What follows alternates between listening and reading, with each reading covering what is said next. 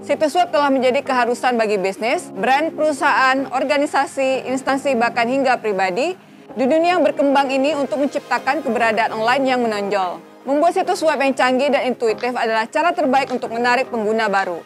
Maka, kerangka kerja atau framework web yang tepat dapat membantu kamu dalam pengembangan aplikasi web dan situs web tersebut. Nah, bareng aku Ananda Nazif, di video kali ini aku akan membahas tentang apa itu framework. Simak video ini hingga akhir ya kalau desain.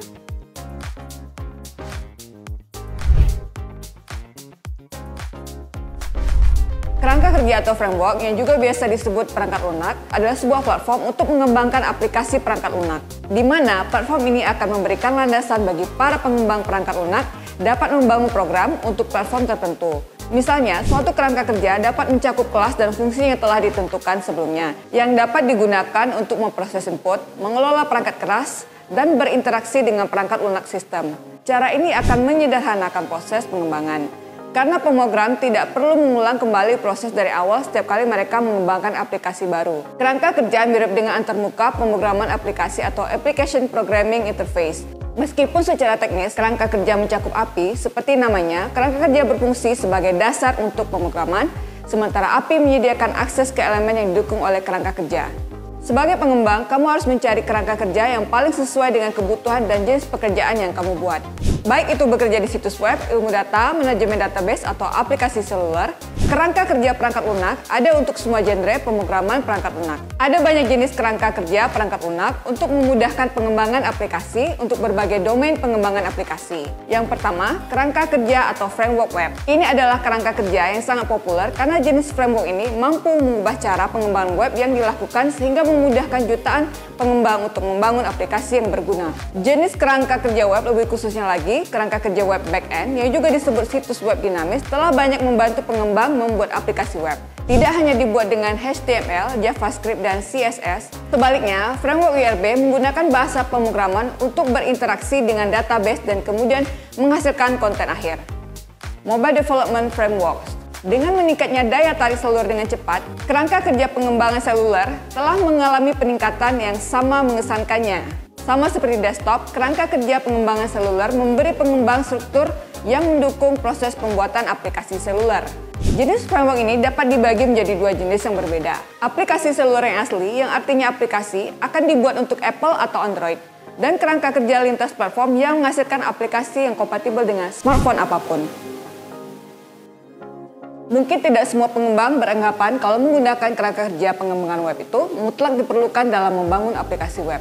Tetapi pengembang pasti juga ingin proses pekerjaan mereka lebih dapat disederhanakan serta praktis. Jadi, menggunakan framework merupakan metode praktis karena kemampuannya untuk menguji dan memelihara aplikasi menjadi hampir tidak mungkin tanpanya.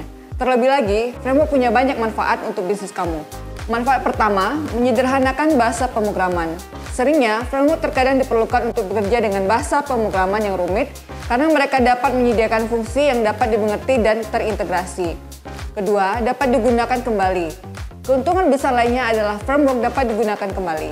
Ini mendorong pembangunan komponen yang dapat digunakan kembali yang dapat diintegrasikan ke dalam area lain dari kode dan bahkan dalam proyek yang berbeda. Faktor yang dapat digunakan kembali meningkatkan produktivitas, pemeliharaan, dan konsistensi data, terutama dalam aplikasi besar dengan tim pengembang yang besar.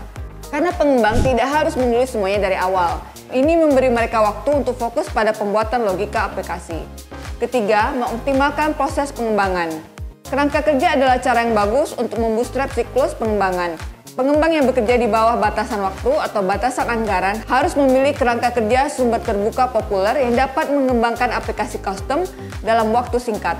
Membangun template siap pakai sesuai dengan kebutuhan seseorang. Selain juga memberikan fleksibilitas yang besar kepada pengembang untuk bereksperimen dan menerapkan solusi kreatif. Keempat, pengujian dan debugging.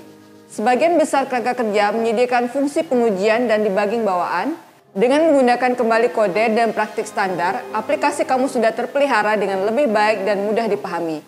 Adanya fitur-fitur seperti pengujian unit, penyelesaian kode, pengeditan kode simultan, dan banyak lagi. Memelihara dan memperbarui aplikasi kamu menjadi sangat mudah.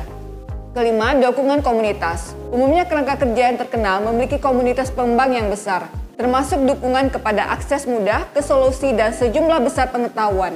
Bekerja dengan kerangka kerja dilengkapi dengan dukungan dan panduan ekstensif. Nah, itu dia informasi tentang framework yang harus kamu tahu. Semoga dengan adanya video ini bisa bermanfaat untuk kamu ya. Terima kasih sudah menonton video ini.